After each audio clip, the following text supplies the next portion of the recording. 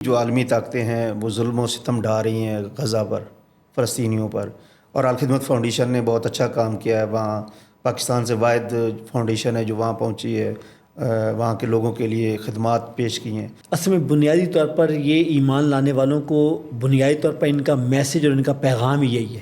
ان کا پیغام یہ ہے کہ اگر ایمان کی قوت آپ کے اندر موجود ہے، اگر آپ کو اپنے عقائد کے اوپر، اپنی نارمز اور اپنی ویلیوز کے اوپر یقین موجود ہے، تو پھر آپ جو ہے کہ دنیا کی بڑی سے بڑی استعماری قوت کے مقابلے میں کھڑے ہو سکتے ہیں. دیکھیے فلسطین جو ہے وہ اس وقت جو ہے اس بات کا جیتا جاگتا ثبوت ہے. بالکل ایسے، یعنی آپ تصور نہیں کر سکتے کہ پچھلے 1.5 سال تقریباً ہونے کو آیا ہے، تقریباً 1.5 سال ہونے کو آ گیا ہے. اکتوبر 2023 سے لے کر مارچ 2025 تک جو ہے 1.5 سال ہو گیا ہے.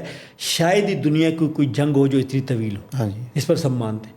بالکل. یعنی دوسری جنگ عظیم میں جب جتنا ہیروشیما اور ناگاساکی کے اوپر جتنا بارود برسایا گیا تھا، اس سے 2 گنا سے بھی زیادہ بارود اس چھوٹی سی پٹی میں برسایا جا چکا ہے کہ جس کو آپ غزہ کہتے ہیں، جو 45 کلومیٹر لمبی ہے اور 12-13 کلومیٹر چوڑی ہے. یعنی 1 لاکھ کے لگ بھگ لوگ تو اس وقت شہید ہو چکے ہیں. ظاہر بات ہے تعداد تو 60,000 ہے، لیکن ملبے کے نیچے بھی جو ہے کہ ڈیڈ باڈیز موجود ہیں. اور یہ کیونکہ 80% اس سے 90% تک عمارتیں بالکل وہ تباہ.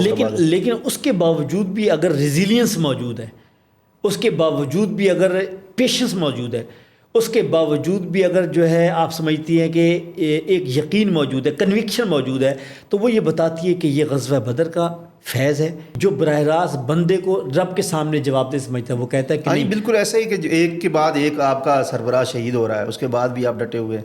یعنی آپ دیکھیں روزمرہ زندگی میں آدمی کا ایک پیارا چلا جائے، اس سے مہینوں اس کے منہ میں کھانا نہیں جاتا. بالکل ایسی زندگی کی رونق لوٹ جاتی ہے. لیکن کیا آپ نہیں جانتے کہ انہوں نے رمضان کس طرح گزارا ہے؟ یعنی کھنڈرات کے اوپر اور جو ہے کہ ملبے کے اوپر جو ہے کہ انہوں نے جو ہے کہ تراویحیں پڑھی ہیں، انہوں نے وہ کی ہے. اور وحشیانہ بمباری ہوئی ہے، 324 لوگ شہید ہو گئے ہیں.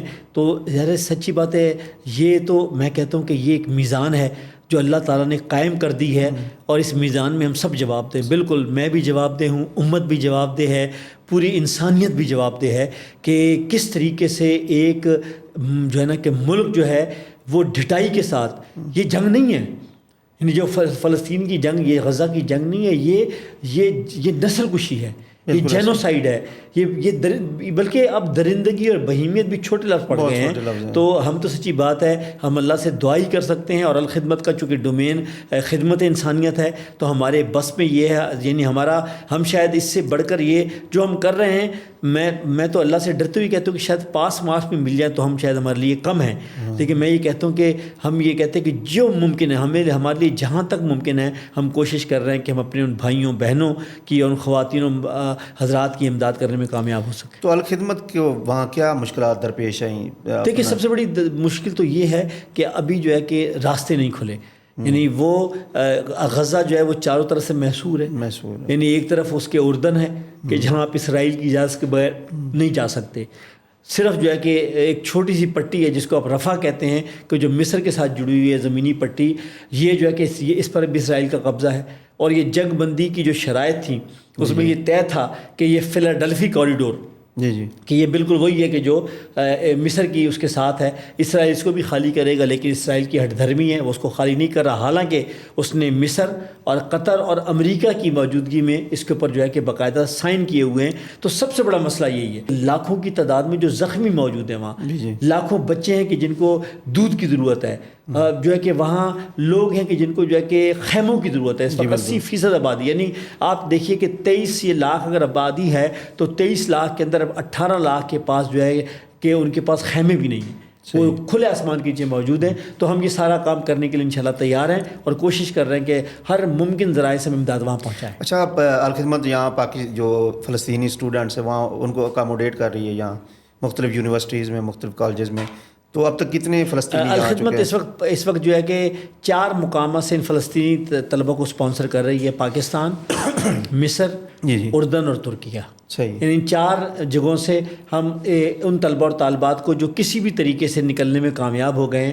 ایک تعداد وہ ہے کہ جو اس وقت پاکستان میں یہ تقریباً اس وقت آپ کہہ سکتے ہیں 200 طلبہ اور طالبات ہیں کہ جو اس وقت جو ہے کہ غزہ سے پاکستان آ چکے ہیں. صحیح ہے.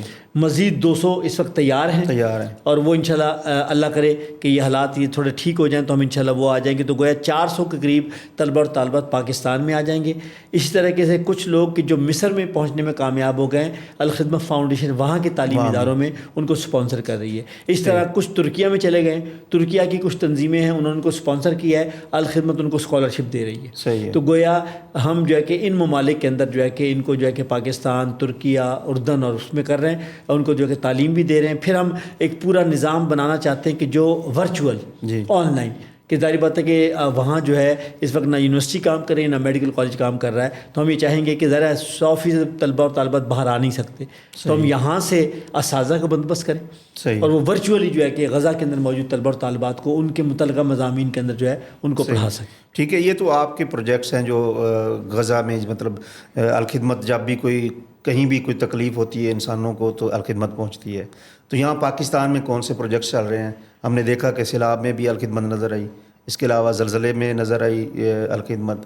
اب کون سے جو طویل مدتی جو پروجیکٹس ہیں کون سے چل رہے ہیں؟ یہ الخدمت صرف 8 بنیادی ایریاز میں کام کر رہی ہے. آپ ڈیزاسٹر آفات سے شروع ہو جائیے، اس کے بعد ہیلتھ، تعلیم، اپنا صاف پانی جس کو ہم واش کہتے ہیں، کمیونٹی سروسز، اس طرح مائکرو فنانس ہے کہ آسان قرضوں کے ذریعے سے لوگوں کو پاؤں کے اوپر کھڑا کرنا، اور پھر بنو قابل کہ طلبہ اور طالبات کو کم سے کم وقت کے اندر جو ہے ان کو جو ہے کہ آئی ٹی کی اسکل کے ذریعے سے اس ملک کا سرمایہ بھی بنانا اور ان کو جو ہے کہ خود کفیل بھی بنانا. تو گویا یہ ہماری پوری ایک سیریز ہے کاموں کی، اور الخدمت کے پاس پوری ٹیم موجود ہے ان ہر ایریاز کے اندر.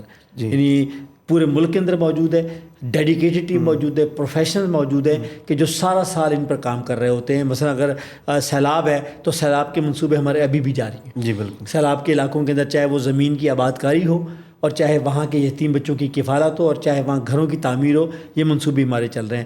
اچھا، طلبہ اور طالبات کے جو پاکستان میں ہیں ان میں سے وہ بھی کہ جو اس وقت جو ہے کہ BS لیول کے ہیں ان کو پڑھا رہے ہیں. وہ بچے کہ جو جس کو ہم اسٹریٹ چلڈرن کہتے ہیں ان کے لیے بھی شام کے اوقات کے اندر ہم کلاس کا بندوبست کر رہے ہیں. اس طرح آرفنز 31,000 یتیم بچوں کی کفالت کر رہی ہے الخدمت فاؤنڈیشن پورے پاکستان کے اندر کہ جو ماؤں کے ساتھ ہیں. تو یہ 20,000 مائیں اور 31,000 بچے ہیں. یہ ہمارے پاس یہ آغوش الگ سے آغوش علیحدہ سے ہیں. وہ ہمارے پاس 22 آغوش ہیں کہ جس کے اندر کوئی تقریباً 2,500 سے زائد ہمارے یتیم بچے جو ہے کہ وہ 24 گھنٹے وہیں رہتے ہیں. اور صرف ان 22 آغوش کا بجٹ 3.5 ارب روپے ہے جو ان بچوں کے اوپر خرچ کر رہے ہیں. اسی طریقے سے ہمارے پاس جو ہے کہ یہ اپنا صاف پانی کے منصوبے ہیں کہ جس میں 5 پروڈکٹس ہیں فلٹریشن پلانٹ سے لے کر، اور ابھی آج میں آیا ہوں تو میرے پاس حتیٰ کہ ایک ایبٹ آباد کی جیل سے درخواست آئی ہے کہ ہمارے پاس جو ہے کہ پانی کا بڑا مسئلہ ہے، اگر الخدمت فاؤنڈیشن یہاں بورنگ کا بندوبست کر دے تو ہم اس کے اوپر کام کریں. تو گویا ہم پبلک اسکیل کے اوپر لے کر انڈیویجولی بھی جو ہے کہ پانی کا کام کریں.